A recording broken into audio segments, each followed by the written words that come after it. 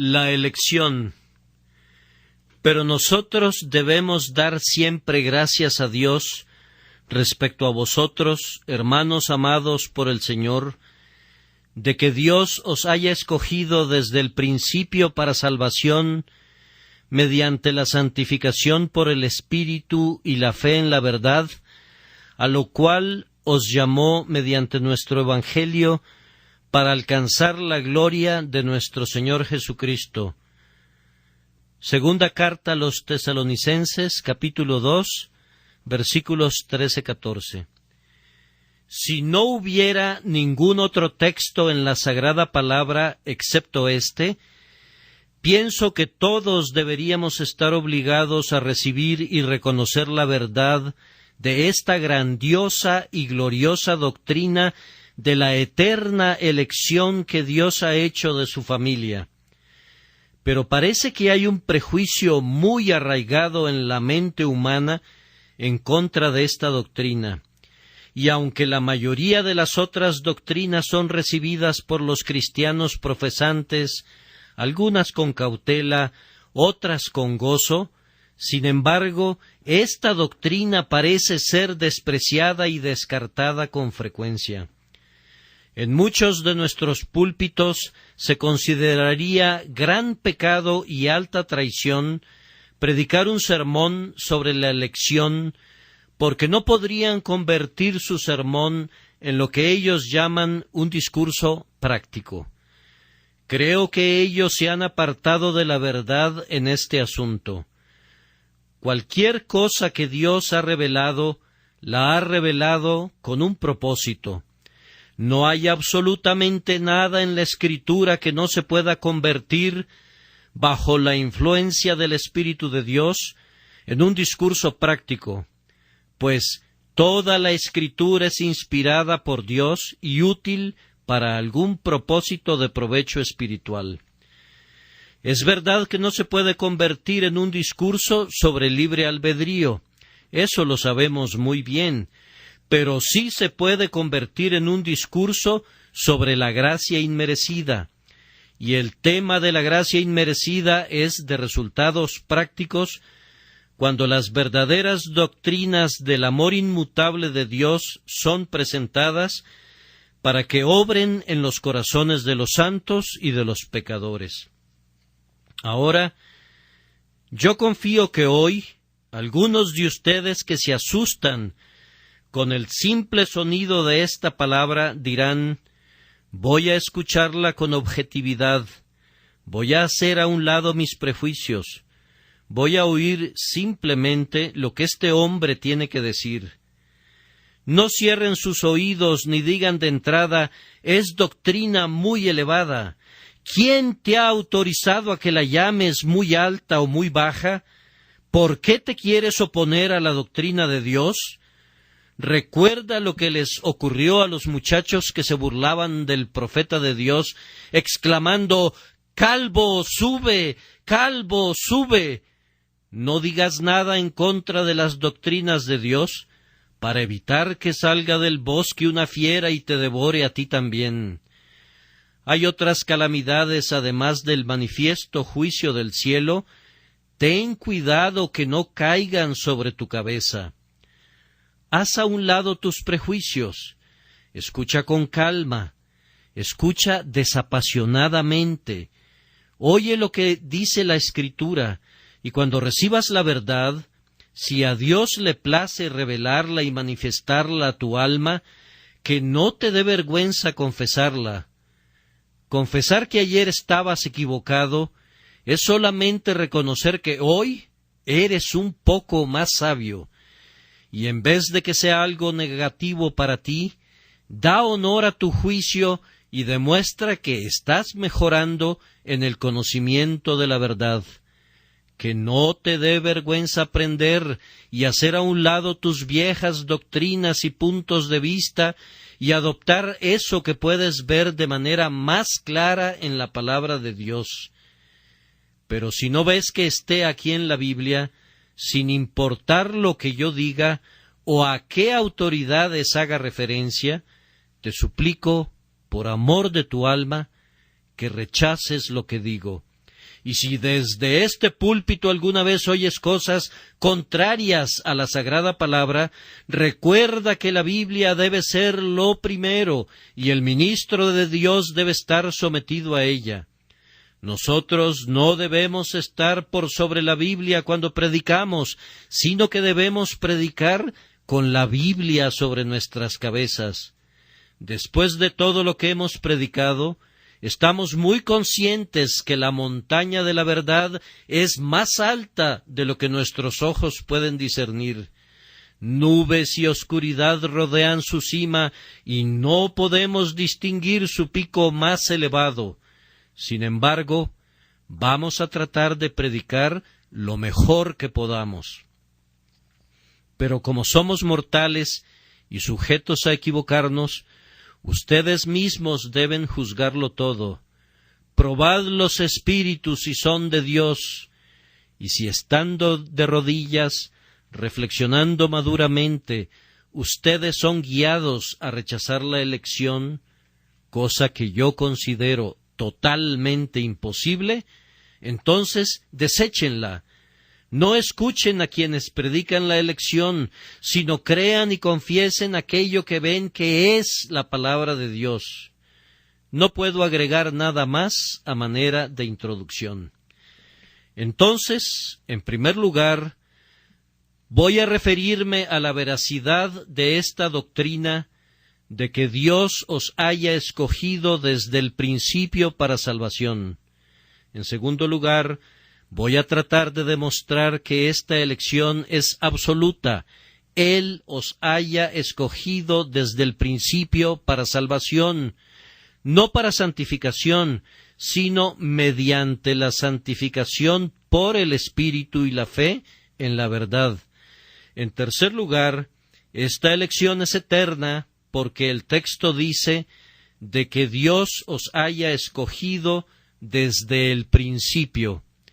En cuarto lugar, es personal, Él os haya escogido. Y luego vamos a reflexionar sobre los efectos de esta doctrina, ver lo que produce y finalmente, conforme a la capacidad que nos dé Dios, vamos a intentar considerar sus consecuencias y ver si, en efecto, es una doctrina terrible que conduce a una vida licenciosa. Tomaremos la flor y, como verdaderas abejas, vamos a comprobar si hay algo de miel allí, si algo bueno está contenido en ella, o si es un mal concentrado y sin mezcla. En primer lugar, debo demostrar que la doctrina es verdadera. Permítanme comenzar con un argumentum ad hominem, argumento al hombre. Voy a hablarles de acuerdo a sus diferentes posiciones y cargos. Algunos de ustedes pertenecen a la Iglesia de Inglaterra y me da gusto ver que hay muchos presentes hoy aquí. Aunque ciertamente digo de vez en cuando cosas muy duras acerca de la Iglesia y el Estado, sin embargo, yo amo a la vieja Iglesia, pues hay en esa denominación muchos ministros piadosos y santos eminentes. Ahora, yo sé que ustedes son grandes creyentes en lo que los artículos declaran como doctrina correcta. Les voy a dar una muestra de lo que los artículos afirman en lo relativo a la elección, de tal forma que si creen en los artículos, no pueden rechazar esta doctrina de la elección. Voy a leer un fragmento del artículo 17 que se refiere a la predestinación y a la elección. La predestinación para vida es el propósito eterno de Dios, por medio del cual, antes que los cimientos del mundo fueran puestos, Él ha decretado de manera permanente, por su consejo secreto para nosotros, liberar de la maldición y condenación a aquellas personas que Él ha elegido en Cristo de entre toda la humanidad y traerlos por medio de Cristo a la salvación eterna como vasos hechos para honra. de donde quienes han sido dotados con bendición tan excelente de Dios son llamados de acuerdo al propósito de Dios por su Espíritu que obra en el momento debido. Ellos obedecen el llamado por la gracia, son justificados gratuitamente, son hechos hijos de Dios por adopción, son conformados a la imagen del unigénito Hijo Jesucristo. Ellos caminan religiosamente en buenas obras y al final, por la misericordia de Dios, alcanzan la dicha eterna. Entonces, pienso que cualquier miembro de esa denominación, si en efecto es un creyente sincero y honesto en su madre iglesia, debe ser un pleno creyente de la elección. Es verdad que si ve otras partes del ritual anglicano, encontrará cosas contrarias a las doctrinas de la gracia inmerecida y totalmente ajenas a la enseñanza de la Escritura. Pero si mira a los artículos, no puede dejar de ver que Dios ha elegido a su pueblo para vida eterna. Sin embargo, no estoy tan perdidamente enamorado de ese libro como pueden estarlo ustedes, y solo he utilizado este artículo para demostrarles que si pertenecen a la Iglesia oficial de Inglaterra, no deberían objetar de ninguna manera esta doctrina de la predestinación. Otra autoridad humana por la cual puedo confirmar la doctrina de la elección es el antiguo credo de los valdenses. Si leen el credo de los antiguos valdenses, que elaboraron en medio del ardiente fuego de la persecución, verán que estos renombrados profesantes y confesores de la fe cristiana recibieron y abrazaron muy firmemente esta doctrina como parte de la verdad de Dios. He copiado de un viejo libro uno de los artículos de su fe: que Dios salva de la corrupción y de la condenación a aquellos que Él ha elegido desde la fundación del mundo, no a causa de ninguna disposición, fe o santidad que Él hubiera previsto de antemano en ellos, sino por su pura misericordia en Cristo Jesús, su Hijo, dejando a un lado a todos los demás, según la irreprensible razón de su soberana voluntad y justicia. Entonces, no es una novedad lo que yo predico, no es una doctrina nueva. Me encanta proclamar estas viejas doctrinas poderosas que son llamadas con el sobrenombre de calvinismo, pero que son segura y ciertamente la verdad revelada de Dios en Cristo Jesús. Por esta verdad yo hago una peregrinación al pasado, y conforme avanzo veo a un padre tras otro, a un confesor tras otro, a un mártir tras otro ponerse de pie para darme la mano. Si yo fuera un pelagiano o un creyente de la doctrina del libre albedrío, tendría que caminar por muchos siglos completamente solo. Aquí y allá, algún hereje de carácter no muy honorable podría levantarse y llamarme hermano, pero tomando estas cosas como la norma de mi fe, yo veo la tierra de los antepasados poblada por mis hermanos, veo multitudes que confiesan lo mismo que yo y reconocen que esta es la religión de la propia Iglesia de Dios. También les doy un extracto de la antigua confesión bautista. Nosotros somos bautistas en esta congregación, por lo menos la mayoría de nosotros, y nos gusta ver lo que escribieron nuestros propios antecesores.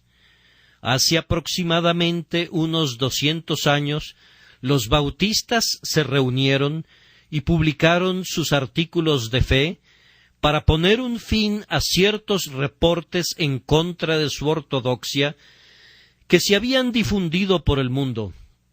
Voy a referirme ahora a este viejo libro que yo acabo de publicar y puedo leer lo siguiente. Artículo 3.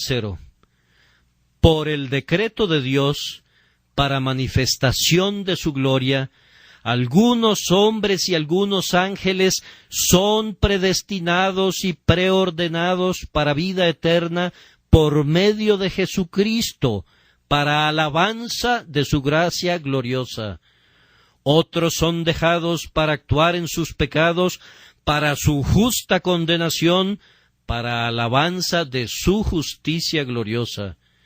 Estos hombres y estos ángeles que son así, predestinados y preordenados, son particularmente e inmutablemente designados, y su número es tan exacto y definido que no puede ser ni aumentado ni disminuido. Aquellas personas que están predestinadas para vida, Dios, desde antes de la fundación del mundo, de acuerdo a su eterno e inmutable propósito y al secreto consejo y buen agrado de su voluntad, los ha elegido en Cristo para gloria eterna, por su gracia inmerecida y amor, sin que haya ninguna cosa en la criatura, como una condición o causa que haya movido a Dios para esa elección.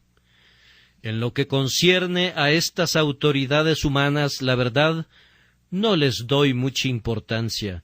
No me importa lo que digan, ya sea a favor o en contra de esta doctrina.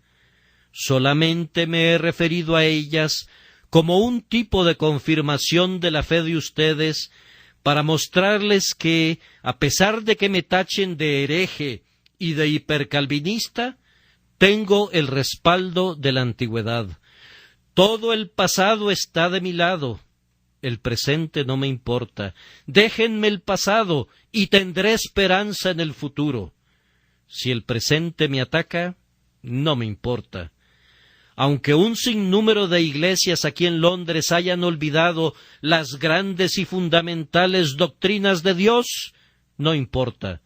Si tan solo un pequeño grupo de nosotros nos quedamos solos, manteniendo firmemente la soberanía de nuestro Dios, si nuestros enemigos nos atacan, ay, y aun nuestros propios hermanos, que debieran ser nuestros amigos y colaboradores, no importa. Basta con que podamos contar con el pasado, el noble ejército de mártires, el glorioso escuadrón de los confesores, son nuestros amigos. Los testigos de la verdad vienen a defendernos. Si ellos están de nuestro lado, no podremos decir que estamos solos, sino que podemos exclamar: y yo haré que queden en Israel 7,000 cuyas rodillas no se doblaron ante Baal. Pero lo mejor de todo es que Dios está con nosotros. La única gran verdad es siempre la Biblia, y únicamente la Biblia. Queridos oyentes, ustedes no creen en ningún otro libro que no sea la Biblia, ¿no es cierto? Si yo pudiera demostrar esto, basándome en todos los libros de la cristiandad, si yo pudiera recurrir a la biblioteca de Alejandría para comprobar su verdad, ¿no lo creerían más de lo que ustedes lo creen? Porque está en la palabra de Dios. He seleccionado unos cuantos textos para leerlos. Me gusta citar abundantemente los textos cuando temo que ustedes pueden desconfiar de una verdad, a fin de que estén lo suficientemente convencidos para que no haya lugar a dudas si es que en verdad no creen. Permítanme entonces mencionar un catálogo de textos en los que el pueblo de Dios es llamado elegido. Naturalmente, si el pueblo es llamado elegido, debe haber una elección. Si Jesucristo y sus apóstoles estaban acostumbrados a describir a los creyentes por medio del título de elegidos, ciertamente debemos creer que lo eran, pues de lo contrario, el término no significa nada. Jesucristo dice: «Y si el Señor no hubiese acortado aquellos días, nadie sería salvo, mas por causa de los escogidos que Él escogió, acortó aquellos días. Porque se levantarán falsos cristos y falsos profetas, y harán señales y prodigios para engañar, si fuese posible, aun a los escogidos. Y entonces enviará sus ángeles y juntará a sus escogidos de los cuatro vientos, desde el extremo de la tierra hasta el extremo del cielo». Marcos capítulo 13, versículos 20, 22, 27. ¿Y acaso Dios no hará justicia a sus escogidos, que claman a Él día y noche? ¿Se tardará en responderles? Lucas 18, 7. Podríamos seleccionar muchos otros textos que contienen la palabra elegido, o escogido, o preordenado, o designado, o la frase mis ovejas, o alguna descripción similar, mostrando que el pueblo de Cristo es diferente del resto de la humanidad. Pero ustedes tienen sus concordancias, y no los voy a importunar con más textos. A través de las epístolas, los santos son constantemente llamados los elegidos. En su carta a los Colosenses, Pablo dice: «Vestíos, pues, como escogidos de Dios, santos y amados, de entrañable misericordia». Cuando le escribe a Tito, se llama a sí mismo Pablo, siervo de Dios y apóstol de Jesucristo, conforme a la fe de los escogidos. Pedro dice elegidos según la presencia de Dios Padre. Y si vamos a Juan, encontraremos que le gusta mucho esa palabra. Dice el anciano a la señora elegida, y habla de tu hermana la elegida. Y sabemos dónde está escrito la iglesia que está en Babilonia, elegida juntamente con vosotros. Ellos no se avergonzaban de esa palabra en aquellos días, no tenían miedo de hablar de ella. En nuestros días, esa palabra ha sido revestida con una diversidad de significados, y las personas han mutilado y desfigurado la doctrina de tal forma que la han convertido en una verdadera doctrina de demonios, lo confieso, y muchos que se llaman a sí mismos creyentes se han pasado a las filas del antinomianismo. Pero a pesar de esto, ¿por qué he de avergonzarme de eso si los hombres la pervierten? Nosotros amamos la verdad de Dios aún en medio del tormento, de la misma manera que cuando es ensalzada. Si hubiera un mártir que nosotros amáramos antes de que fuera llevado al suplicio, lo amaríamos todavía más mientras está siendo atormentado.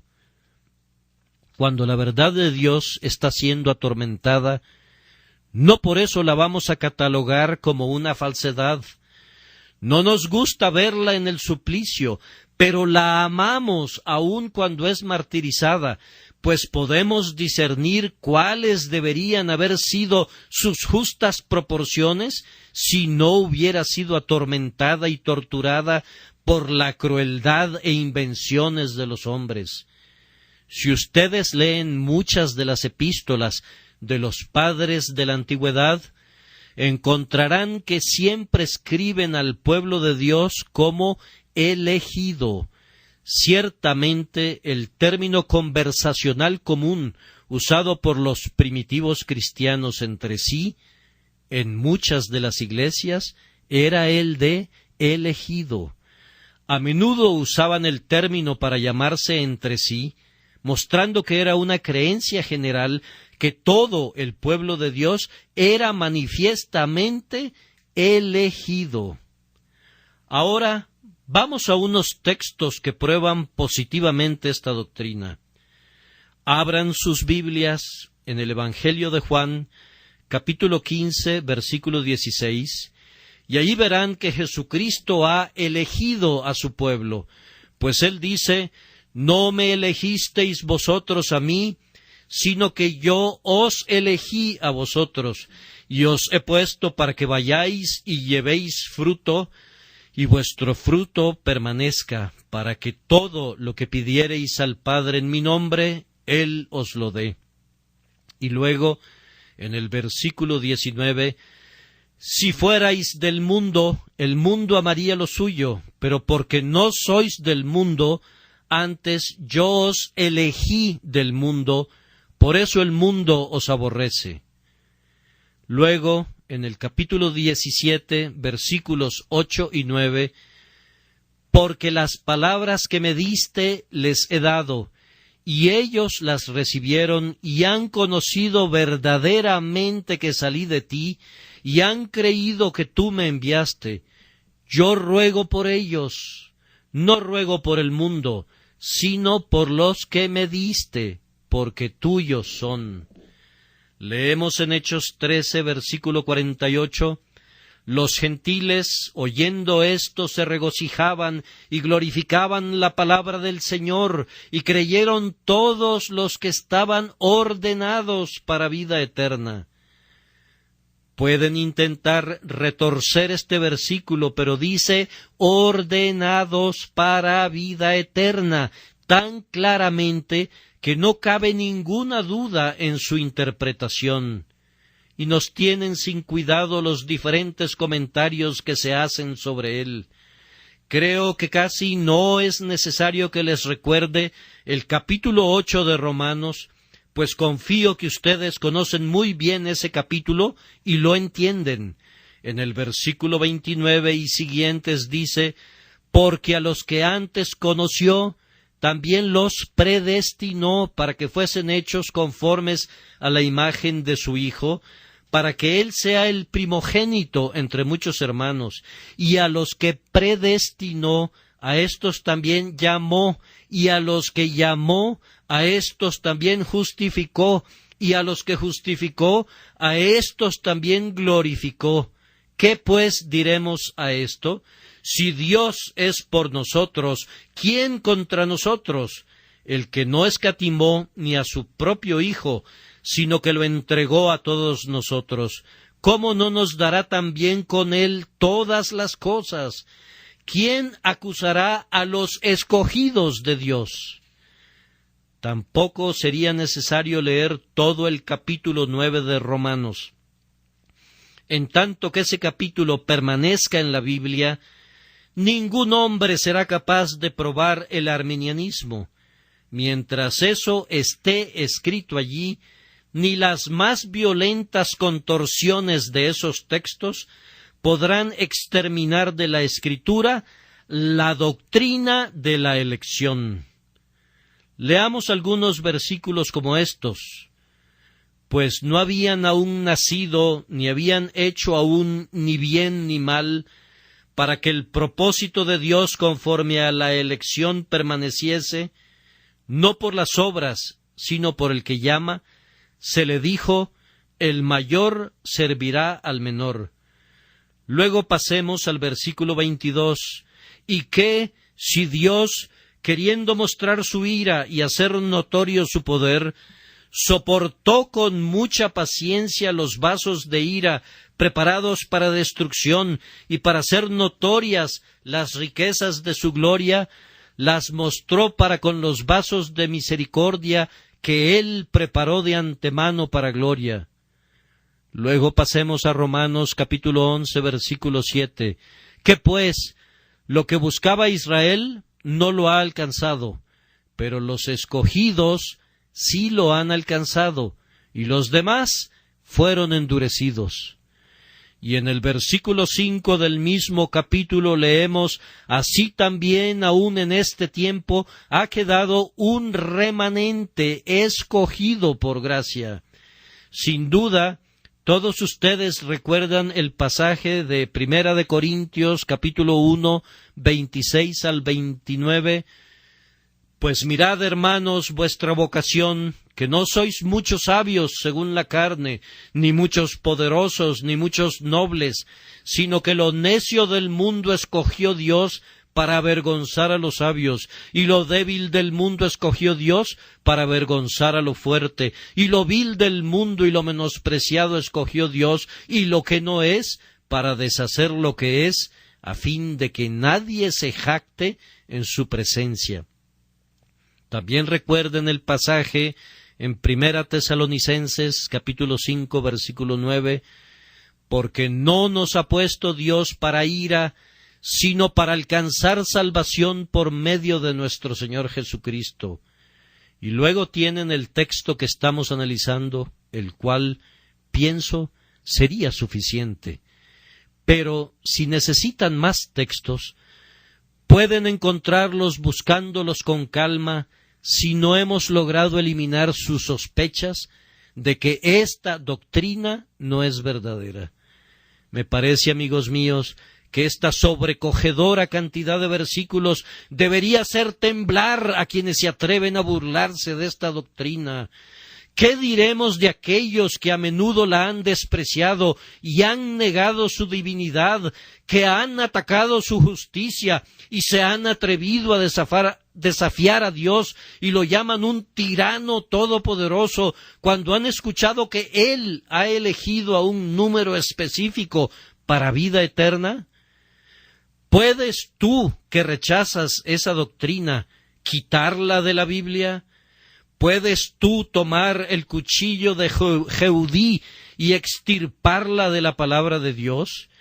¿Quieres ser como la mujer a los pies de Salomón, que aceptó que el niño fuera dividido en 2 mitades para que puedas tener tu mitad? ¿Acaso no está aquí en la Escritura? ¿Y no es tu deber inclinarte ante ella y mansamente reconocer que no la entiendes, recibirla como la verdad, aunque no puedas entender su significado? No voy a intentar demostrar la justicia de Dios al haber elegido a algunos y haber pasado por alto a otros. No me corresponde a mí vindicar a mi Señor. Él hablará por sí mismo y en efecto lo hace. Mas antes, oh hombre, ¿quién eres tú para que alterques con Dios? ¿Dirá el vaso de barro al que lo formó, ¿por qué me has hecho así? ¿O no tiene potestad el alfarero sobre el barro para hacer de la misma masa un vaso para honra y otro para deshonra? ¿Quién es aquel que dirá a su padre, ¿qué has engendrado? O a su madre, ¿qué has traído al mundo? Yo, Jehová, y ninguno más que yo, que formo la luz y creo las tinieblas, que hago la paz y creo la adversidad. Yo, Jehová, soy el que hago todo esto. ¿Quién eres tú para que alterques con Dios? Tiembla y besa su vara, inclínate y sométete a su cetro, no impugnes su justicia, ni denuncies sus actos ante tu propio tribunal, oh hombre. Pero hay quienes dicen, Dios es cruel cuando elige a uno y pasa por alto a otro. Entonces yo les preguntaría, ¿hay alguien el día de hoy que desea ser santo, que desea ser regenerado, que desea abandonar el pecado y caminar en santidad? Sí hay, dice alguien, yo quiero. Entonces Dios te ha elegido a ti. Sin embargo, otro dice, no, yo no quiero ser santo, no quiero dejar mis pasiones ni mis vicios. ¿Por qué te quejas entonces de que Dios no te haya elegido a ti? Pues si hubieras sido elegido, no te gustaría según lo estás confesando. Si Dios te hubiera elegido hoy a la santidad, tú dices que no te importa. ¿Acaso no estás reconociendo que prefieres la borrachera a la sobriedad, la deshonestidad a la honestidad? Amas los placeres de este mundo más que la religión. Entonces, ¿por qué te quejas que Dios no te haya elegido para la religión? Si amas la religión, Él te ha elegido para la religión. Si la deseas, Él te ha elegido para ella. Si no la deseas, ¿qué derecho tienes de decir que Dios debió haberte dado aquello que no deseas? Suponiendo que tuviera en mi mano algo que tú no valoras, y que yo dijera que se lo voy a dar a tal o cual persona, tú no tendrías ningún derecho de quejarte de que no te lo estoy dando a ti. No podrías ser tan necio de quejarte porque alguien más ha obtenido aquello que a ti no te importa para nada. De acuerdo a la propia confesión de ustedes, hay muchos que no quieren la religión, no quieren un nuevo corazón y un espíritu recto, no quieren el perdón de sus pecados, no quieren la santificación, no quieren ser elegidos a estas cosas. Entonces, ¿por qué se quejan? Ustedes consideran todo esto como cosas sin valor, y entonces, ¿por qué se quejan de Dios que ha dado esas cosas a quienes Él ha elegido? Si consideras que esas cosas son buenas y tienes deseos de ellas, entonces están disponibles para ti. Dios da abundantemente a todos aquellos que desean, y antes que nada, Él pone el deseo en ellos. De otra forma, nunca lo desearían. Si amas estas cosas, Él te ha elegido para ellas, y puedes obtenerlas. Pero si no es así, ¿quién eres tú para criticar a Dios cuando es tu propia voluntad desesperada la que te impide amar estas cosas, cuando es tu propio yo el que te hace odiarlas? Supongan que un hombre que va por la calle dice: «Qué lástima que no haya un asiento disponible para mí en la capilla, para poder oír lo que este hombre tiene que decir». Y supongan que dice: «Odio a ese predicador, no puedo soportar su doctrina, pero aún así es una lástima que no haya un asiento disponible para mí». ¿Esperarían ustedes que alguien diga eso? No, de inmediato dirían: «A ese hombre no le importa, ¿por qué habría de preocuparle que otros alcancen lo que valoran y que él desprecia?» ¿No amas la santidad? ¿No amas la justicia? Si Dios me ha elegido para estas cosas, ¿te ha ofendido por eso? «Ah, pero», dice alguien, «yo pensé que eso significa que Dios ha elegido a unos para ir al cielo y a otros para ir al infierno». Eso es algo totalmente diferente de la doctrina evangélica. Él ha elegido a unos hombres a la santidad y a la justicia, y por medio de ellas al cielo. No debes decir que los ha elegido simplemente para ir al cielo y a los otros para ir al infierno.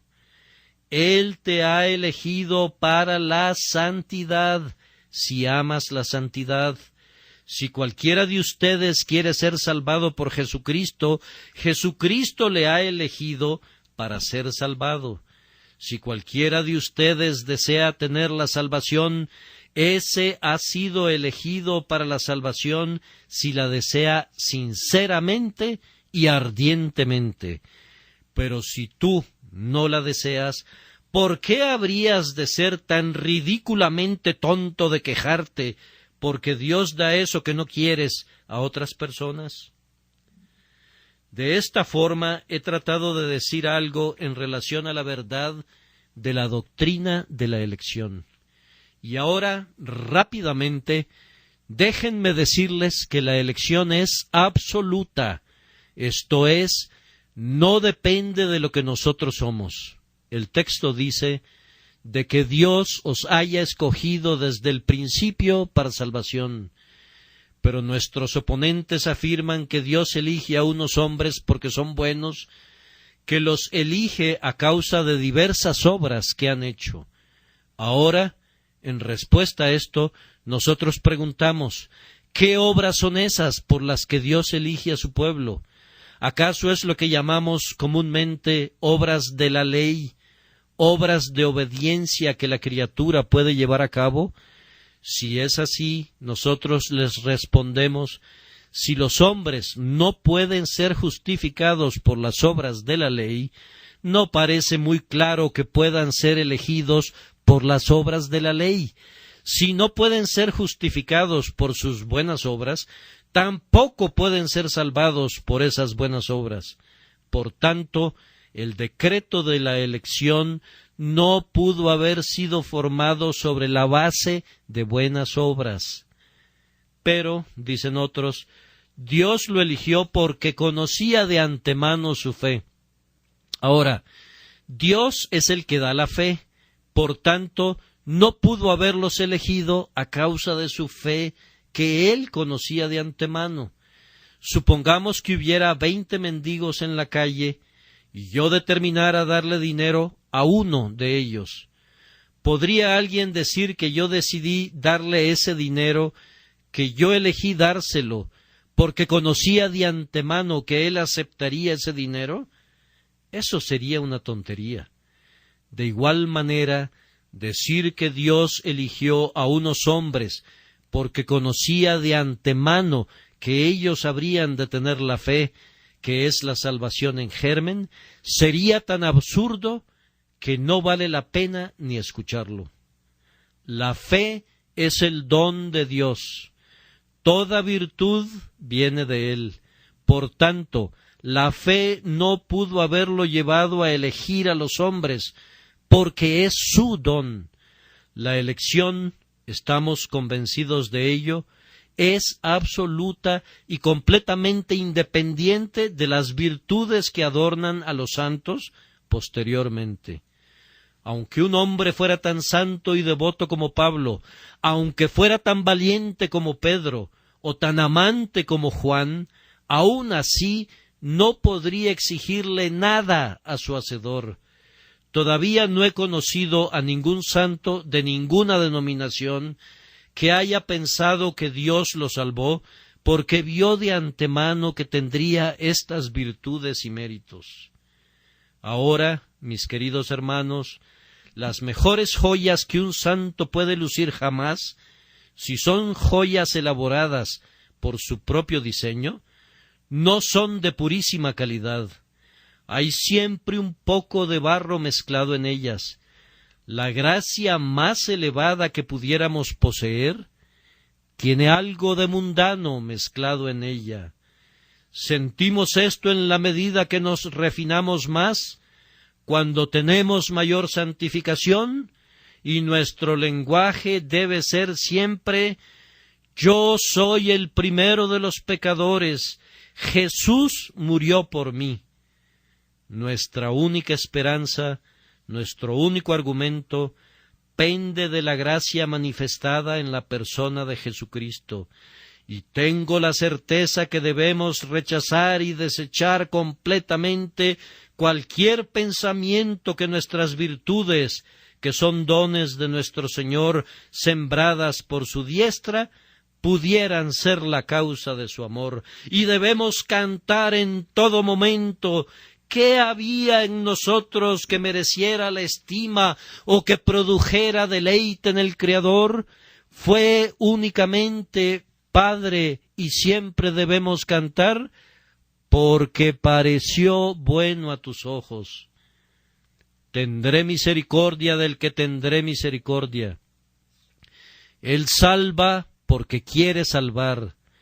Y si me preguntaran por qué me ha salvado a mí, solo puedo decir: porque Él quiso hacerlo. ¿Acaso había algo en mí que me pudiera recomendar ante Dios? No, hago a un lado todo. No había nada recomendable en mí. Cuando Dios me salvó, yo era el más bajo, perdido y arruinado de la raza. Estaba ante Él como un bebé desnudo, bañado en mi propia sangre. Verdaderamente yo era impotente para ayudarme a mí mismo. ¡Oh, cuán miserable me sentía y me reconocía! Si ustedes tenían algo que los hiciera aceptables a Dios, yo nunca lo tuve. Yo estaré contento de ser salvo por gracia, por pura gracia, sin ninguna otra mezcla. Yo no puedo presumir de ningún mérito. Si tú puedes hacerlo muy bien, yo no puedo. Yo debo cantar gracia inmerecida únicamente de principio a fin. Ha ganado mi afecto y mantenido mi alma muy firme. En tercer lugar, esta elección es eterna, de que Dios os haya escogido desde el principio para salvación. ¿Puede decirme alguien cuándo fue el principio?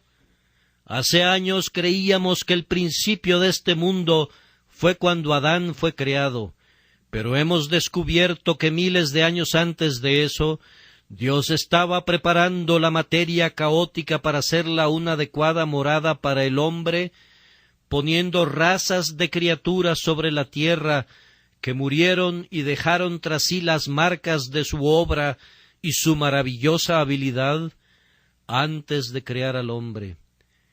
Pero eso no fue el principio, pues la revelación apunta a un período cuando este mundo fue formado, a los días cuando las estrellas matutinas fueron engendradas, cuando como gotas de rocío con los dedos de la mañana, las estrellas y las constelaciones cayeron goteando de la mano de Dios, cuando de sus propios labios salió la palabra que puso en marcha a las pesadas órbitas, cuando con su propia mano envió los cometas que como rayos vagaron por el cielo hasta encontrar un día su propia esfera. Regresaremos a esas edades remotas cuando los mundos fueron hechos y los sistemas formados, pero ni siquiera nos hemos acercado al principio todavía. Hasta que no hayamos ido al tiempo cuando todo el universo dormía en la mente de Dios y no había nacido todavía, hasta que entremos en la eternidad donde Dios el Creador vivía solo y todas las cosas dormían dentro de Él. Toda la creación descansaba en su omnipotente pensamiento gigantesco. No habremos todavía adivinado el principio. Podemos caminar hacia atrás y atrás y atrás a lo largo de todas las edades. Podemos volver, si se nos permite usar esas extrañas palabras, a lo largo de eternidades enteras y, sin embargo, nunca llegar al principio. Nuestras alas se podrían cansar, nuestra imaginación se podría extinguir, y aunque pudiera superar al rayo que brilla majestuosamente con poder y velocidad, pronto se cansaría, mucho antes de poder alcanzar el principio. Pero Dios eligió a su pueblo desde el principio, cuando el intocado éter no había sido sacudido por el aleteo del primer ángel, cuando el espacio no tenía orillas, o más aún cuando no existía, cuando reinaba el silencio universal y ni una sola voz ni ningún susurro turbaba la solemnidad del silencio, cuando no había ningún ser, ni movimiento, ni tiempo, ni nada, sino solo Dios, solo en su eternidad, cuando no se escuchaba el himno de ningún ángel y no se tenía la asistencia de los querubines, mucho antes que nacieran los seres vivientes o que las ruedas de la carroza de Jehová fueran formadas, aún antes, en el principio era el Verbo, y en el principio el pueblo de Dios era uno con el Verbo, y en el principio Él los escogió para vida eterna. Entonces nuestra elección es eterna. No me voy a detener para demostrar esto.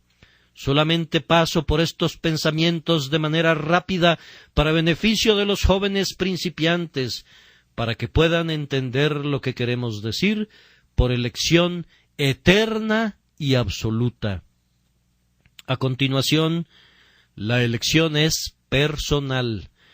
Aquí también nuestros oponentes han intentado derribar la elección diciéndonos que es una elección de naciones y no de personas. Pero aquí el apóstol nos dice: Dios os ha escogido desde el principio. Decir que Dios no ha elegido a personas, sino a naciones, es la tergiversación más miserable que se haya hecho sobre la tierra, pues la mismísima objeción que se presenta en contra de la elección de personas se puede presentar en contra de la elección de una nación. Si no fuera justo elegir a una persona, sería todavía más injusto elegir a una nación, puesto que las naciones no son sino la unión de multitudes de personas, y elegir a una nación parecería todavía un crimen mayor y gigantesco, si la elección fuera un crimen, que elegir a una persona. Ciertamente elegir a 10,000 sería considerado algo peor que elegir a uno. Distinguir a toda una nación del resto de la humanidad parece una mayor extravagancia en los actos de la divina soberanía que elegir a un pobre mortal y pasar por alto a otro. Pero, ¿qué son las naciones sino hombres? ¿Qué son los pueblos enteros sino combinaciones de diferentes unidades? Una nación está constituida por ese individuo, y por ese otro, y por aquel otro. Y si me dices que Dios eligió a los judíos, yo respondo entonces que Él eligió a este judío, y a ese judío, y a aquel judío. Y si tú dices que Él elige a Inglaterra, entonces yo digo que Él elige a este hombre inglés, y a ese hombre inglés, y a aquel hombre inglés. Así que, después de todo, se trata de la misma cosa. Entonces, la elección es personal. Así debe ser. Cualquiera que lea este texto y otros textos similares, verá que la Escritura continuamente habla del pueblo de Dios, considerando a cada individuo, y habla de todos ellos como siendo los sujetos especiales de la elección. Hijos somos de Dios por la elección, los que creemos en Jesucristo. Por un designio eterno, gracia soberana recibimos aquí. Sabemos que es una elección personal. El otro pensamiento es, pues mi tiempo vuela rápidamente y me impide detenerme sobre estos puntos, que la elección produce buenos resultados, de que Dios os haya escogido desde el principio para salvación, mediante la santificación por el Espíritu y la fe en la verdad. ¿Cuántos hombres confunden completamente la doctrina de la elección? ¿Y cómo hierve mi alma cuando recuerdo los terribles males que se han acumulado por la perversión y el rechazo de esa gloriosa porción de la verdad gloriosa de Dios? ¿Cuántos no hay por allí que se han dicho a sí mismos: yo soy un elegido, y se han sentado perezosamente, y peor aún han dicho: yo soy el elegido de Dios, y con ambas manos han hecho la maldad? Rápidamente han corrido a todo tipo de inmundicia, porque han dicho: yo soy el escogido de Dios, y por tanto, independientemente de mis obras, puedo vivir como se me dé la gana y hacer lo que yo quiera. Oh, amados, permítanme solemnemente advertir a cada uno de ustedes que no lleven esa verdad muy lejos, o más bien, que no conviertan esa verdad en un error, pues no la podemos estirar mucho. Podemos pasar por sobre los límites de la verdad. Podemos convertir eso que tenía la intención de ser dulce para nuestro consuelo en una terrible mezcolanza para nuestra destrucción. Les digo que ha habido miles de personas que han ido a la ruina por entender de manera equivocada la elección, que han dicho: Dios me ha elegido para el cielo y para la vida eterna. Pero a ellos se les ha olvidado que está escrito que Dios los ha elegido mediante la santificación por el Espíritu y la fe en la verdad. Esta es la elección de Dios, una elección para santificación y para fe. Dios elige a su pueblo para que sea santo y para que sea un pueblo de creyentes. ¿Cuántos de mis oyentes son creyentes? ¿Cuántos miembros de mi congregación pueden poner su mano en el corazón y decir: yo confío en Dios que he sido santificado? ¿Hay alguien entre ustedes que pueda decir: yo soy un elegido, mientras yo pueda recordarle cómo blasfemó la semana pasada? Uno de ustedes dice: yo confío ser uno de los elegidos, pero yo le recuerdo acerca de un acto de depravación cometido dentro de los últimos 6 días. Alguien más dice: yo soy un elegido, pero yo puedo mirarle a la cara y decirle: elegido, tú no eres más que un maldito hipócrita. Otros dirán: yo soy elegido, pero yo puedo recordarles que ellos se olvidan del propiciatorio y no oran. Oh, amados hermanos, nunca piensen que son elegidos a menos que sean santos. Pueden venir a Cristo como pecadores, pero no pueden venir a Cristo como personas elegidas mientras no puedan ver su santidad. No malinterpreten lo que estoy diciendo.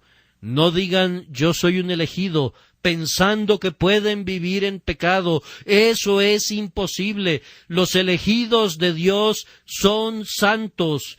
No son puros, no son perfectos, no son sin mancha, pero tomando su vida en su conjunto, son personas santas, son marcados y son distintos de los demás, y ninguna persona tiene el derecho de considerarse elegido excepto en su santidad.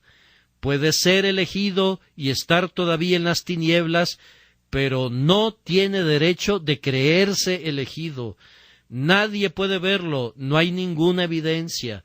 Puede ser que el hombre viva algún día, pero por lo pronto está muerto. Si ustedes caminan en el temor de Dios, tratando de agradarlo y obedeciendo sus mandamientos, no tengan la menor duda que el nombre de ustedes está escrito en el libro de la vida del Cordero desde antes de la fundación del mundo. Y para que esto no resulte muy elevado para ti, considera la otra señal de la elección, que es la fe, creer la verdad. Quien quiera que crea la verdad de Dios y crea en Jesucristo es un elegido. Con frecuencia me encuentro con pobres almas que tiemblan y se preocupan en relación a este pensamiento. ¿Cómo? ¿Y si yo no soy un elegido?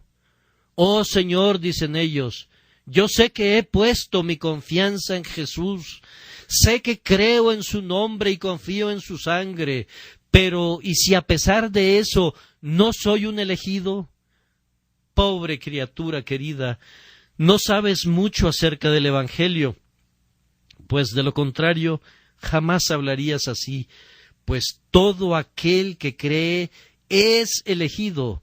Quienes son elegidos para santificación y fe, y si tú tienes fe, tú eres uno de los elegidos de Dios. Puedes saberlo y debes saberlo, pues es una certeza absoluta.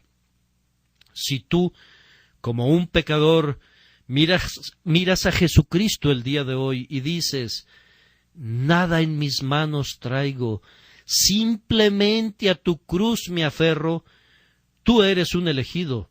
No tengo miedo que la elección asuste a los pobres santos o a los pecadores. Hay muchos teólogos que le dicen a la persona que pregunta: la elección no tiene nada que ver contigo. Eso es muy malo, porque la pobre alma no debe ser callada de esa manera. Si pudieras silenciar esa alma, podría estar bien, pero va a seguir pensando al respecto y no lo podrá evitar. Díganle más bien: si tú crees en el Señor Jesucristo, tú eres un elegido. Si te abandonas a Él, tú eres un elegido. Yo te digo hoy, yo, el primero de los pecadores, yo te digo en su nombre, si vienes a Dios sin ninguna obra en tus manos, entrégate a la sangre y a la justicia de Jesucristo. Si quieres venir ahora y confiar en Él, tú eres un elegido. Has sido amado por Dios desde antes de la fundación del mundo, pues no podrías haber hecho eso a menos que Dios no te hubiera dado el poder de hacerlo y no te hubiera elegido para que lo hicieras. Ahora, pues, eres salvo y estás seguro si solo vienes y te entregas a Jesucristo y deseas ser salvo y ser amado por Él. Pero no pienses de ninguna manera que algún hombre puede ser salvo sin fe y sin santidad. No piensen, queridos oyentes, que algún decreto promulgado en las oscuras edades de la eternidad va a salvar sus almas a menos que crean en Cristo. No se queden allí tranquilos imaginando que ustedes van a ser salvos sin fe y sin santidad. Esa es la herejía más abominable y maldita que ha llevado a la ruina a miles de personas. No utilicen la elección como una almohada sobre la que pueden recostarse y dormir, pues eso los llevará a la ruina. Dios no lo quiera que yo les prepare almohadas muy confortables para que ustedes puedan descansar cómodamente en sus pecados. Pecador, no hay nada en la Biblia que pueda atenuar tus pecados, pero si estás condenado, oh hombre, si estás perdida, oh mujer, tú no vas a encontrar en esta Biblia ni una gota que refresque tu lengua, ni una doctrina que disminuya tu culpa. Tu condenación será enteramente por tu culpa y tu pecado será merecidamente recompensado porque tú crees que no estás condenado. Pero vosotros no creéis porque no sois de mis ovejas y no queréis venir a mí para que tengáis vida. No se imaginen que la elección excusa el pecado. No sueñen con eso, ni se arrullen en la dulce complacencia del pensamiento de su irresponsabilidad. Ustedes son responsables. Debemos proclamar ambas cosas.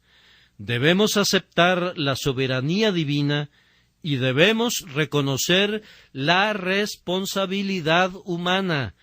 Debemos aceptar la elección, pero debemos hablar a sus corazones. Debemos proclamar la verdad de Dios ante ustedes. Debemos hablarles a ustedes y recordarles esto, que si bien es cierto que está escrito, en mí está tu ayuda, también está escrito, te perdiste, oh Israel.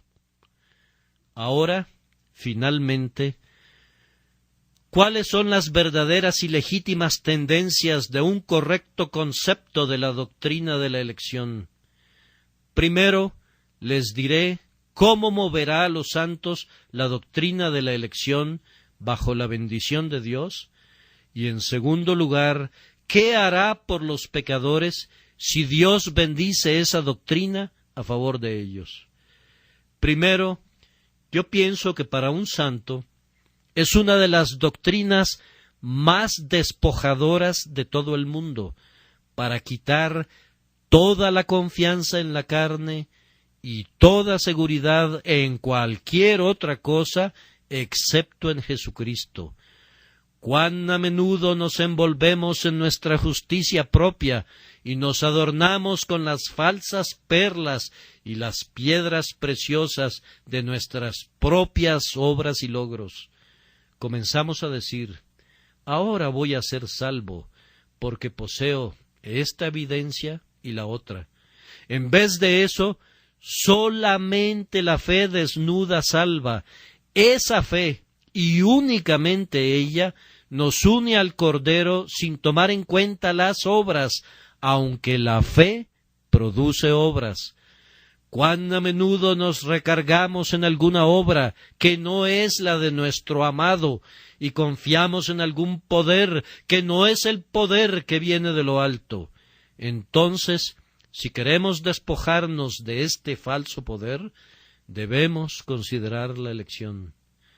Haz una pausa, alma mía, y considera esto. Dios te ha amado antes de que tuvieras un ser. Dios te amó cuando estabas muerto en tus delitos y pecados, y envió a su Hijo para que muriera por ti. Él te compró con su preciosa sangre antes de que pudieras balbucear su nombre. ¿Acaso, entonces, puedes estar orgulloso? Repito, no conozco nada que sea más humillante para nosotros que esta doctrina de la elección. A veces me he postrado ante ella mientras trato de comprenderla. He abierto mis alas y como el águila me he remontado hacia el sol. Mi ojo ha sido firme y mi ala vigorosa durante un tiempo, pero conforme me acercaba a ella, un pensamiento se adueñaba de mí. Dios os ha escogido desde el principio para salvación. Y me he perdido en su resplandor, he sentido vértigo ante ese poderoso pensamiento, y de esa altura que marea se ha desplomado mi alma, postrada y quebrantada, balbuciendo: Señor, yo no soy nada, soy menos que nada. ¿Por qué yo? ¿Por qué yo? Queridos amigos, si quieren ser humillados, estudien la elección, pues los hará humildes bajo la influencia del Espíritu de Dios. Aquel que está orgulloso de su elección no es un elegido, y aquel que es humillado por ella puede creer que es elegido. Tiene todas las razones para creer que lo es, pues uno de los efectos más benditos de la elección es que nos ayuda a humillarnos ante Dios. De nuevo, la elección en el cristiano debe hacerlo muy intrépido y muy osado. Nadie será tan intrépido como aquel que cree que es un elegido de Dios. ¿Qué le importan a él los hombres si es elegido por su Hacedor? ¿Qué le importan los gorjeos despreciables de algunos gorrioncitos cuando sabe que él es un águila de categoría real? ¿Acaso le importará que el mendigo lo señale cuando corre por sus venas la sangre real del cielo? Si toda la tierra se levanta en armas, Él habita en perfecta paz, pues Él está en el lugar secreto del tabernáculo del Todopoderoso. Yo soy de Dios, afirma. Yo soy diferente a los demás hombres. Ellos son de una raza inferior. ¿Acaso no soy noble? ¿Acaso no soy uno de los aristócratas del cielo? ¿Acaso no está escrito mi nombre en el libro de Dios? ¿Le preocupa al mundo? De ninguna manera. Como el león no se preocupa por el ladrido del perro, él sonríe frente a sus enemigos, y cuando éstos se le acercan demasiado, se mueve y los hace pedazos. ¿Qué le importan sus enemigos?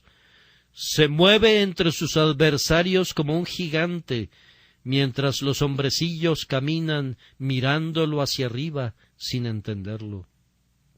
Su rostro es de hierro, su corazón es de pedernal. ¿Qué le importan los hombres? Más aún, si una rechifla universal se levantara desde todo el mundo, él se sonreiría de eso, pues diría: el que ha hecho de Dios su refugio encontrará su más segura morada. Soy uno de sus elegidos, soy escogido de Dios y estimado, y aunque el mundo me aborrezca, no tengo miedo. Ah, ustedes que confiesan la fe, pero que están con el mundo, algunos de ustedes son tan flexibles como los sauces. Hay pocos cristianos como robles hoy día que pueden resistir la tormenta, y les diré por qué. Es porque ustedes mismos no creen que son elegidos. El hombre que sabe que es elegido será demasiado orgulloso para pecar. No se humillará para cometer los actos que hace la gente común. El creyente de esta verdad dirá: que yo comprometa mis principios, que yo cambie mi doctrina, que haga a un lado mis puntos de vista, que esconda lo que creo que es cierto. No, puesto que yo sé que soy uno de los elegidos de Dios, aun ante los ataques de los hombres, voy a decir la verdad de Dios sin importarme lo que digan los hombres. Nada puede hacer a un hombre más osado que sentir que es un elegido de Dios. Quien sabe que ha sido elegido de Dios no temblará ni tendrá miedo. Más aún, la elección nos hace santos. Nada puede hacer a un cristiano más santo bajo la influencia llena de gracia del Espíritu Santo que el pensamiento que él es elegido. ¿Pecaré yo, dice, sabiendo que Dios me ha elegido a mí? ¿Acaso voy a transgredir después de tanto amor? ¿Acaso me apartaré después de tanta misericordia y tierna bondad? No, mi Dios, puesto que tú me has elegido, yo te amaré, yo viviré para ti, ya que tú, mi Dios eterno, te has convertido en mi Padre. Yo me voy a entregar a ti para ser tuyo para siempre, por la elección y por la redención, entregándome a ti y consagrándome solemnemente a tu servicio. Y ahora, por último, para los inconversos, ¿qué les dice la elección a ustedes? Primero, ustedes impíos, los voy a excusar por un momento. Hay muchos de ustedes a quienes no les gusta la elección, y yo no puedo culparlos por ello, pues he escuchado a muchos predicadores predicar sobre la elección que han terminado diciendo: no tengo ni una palabra que decir al pecador. Ahora, yo digo que ustedes deben sentir desagrado por una predicación así, y yo no los culpo por eso, pero yo digo, tengan ánimo, tengan esperanza, oh ustedes pecadores, porque hay una elección. Lejos de desanimarse y perder la esperanza, es una cosa muy alentadora y llena de gozo que haya una elección. ¿Qué pasaría si yo les dijera que nadie puede ser salvo, que nadie está ordenado para vida eterna? ¿Acaso no temblarían torciendo sus manos con desesperación, diciendo: entonces, ¿cómo seremos salvos si no somos elegidos? Pero yo les digo que hay una multitud de elegidos, incontables, todo un ejército que ningún mortal puede contar. Por tanto, ten ánimo tú, pobre pecador, desecha tu abatimiento. ¿Acaso no puedes tú ser elegido como cualquier otro? Pues hay innumerables muchedumbres de elegidos, hay gozo y consuelo para ti. Por tanto, no solo te pido que tengas ánimo, sino que vayas y pruebes al Señor. Recuerda que si no fueras elegido, no perderías nada al hacerlo. ¿Qué dijeron los 4 leprosos? Vamos pues ahora y pasémonos al ejército de los sirios. Si ellos nos dieren la vida, viviremos, y si nos dieren la muerte, moriremos. Oh pecador, ven al trono de la misericordia que elige.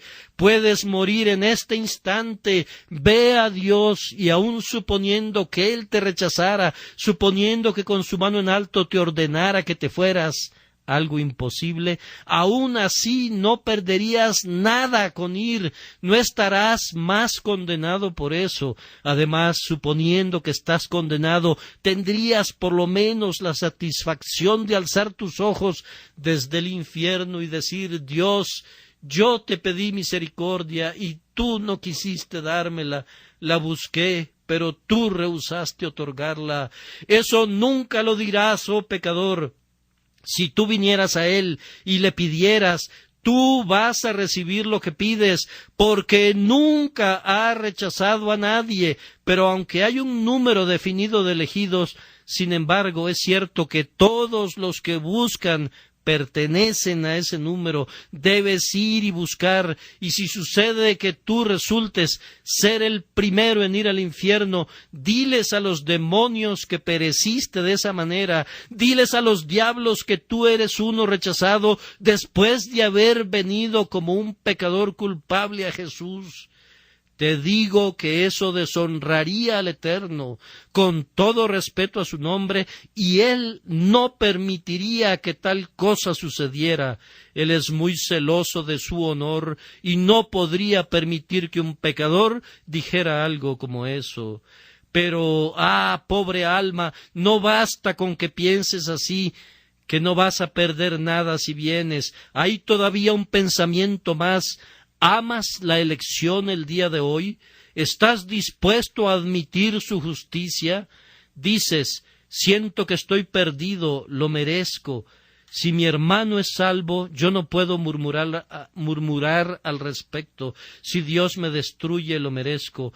Pero si Él salva a la persona que está sentada junto a mí, Él tiene todo el derecho de hacer lo que le plazca con lo suyo, y yo no he perdido nada por eso.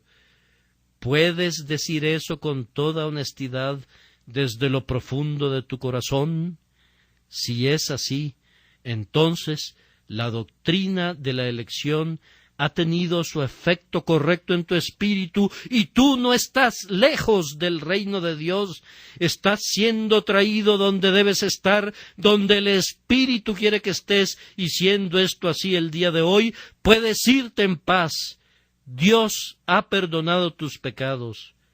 No sentirías así si no hubieras sido perdonado. No sentirías así si el Espíritu de Dios no estuviera haciendo su obra en ti.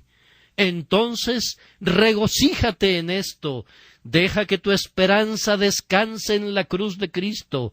No pienses en la elección, sino en Jesucristo. Descansa en Jesús. Jesús al inicio, en todo momento y por toda la eternidad.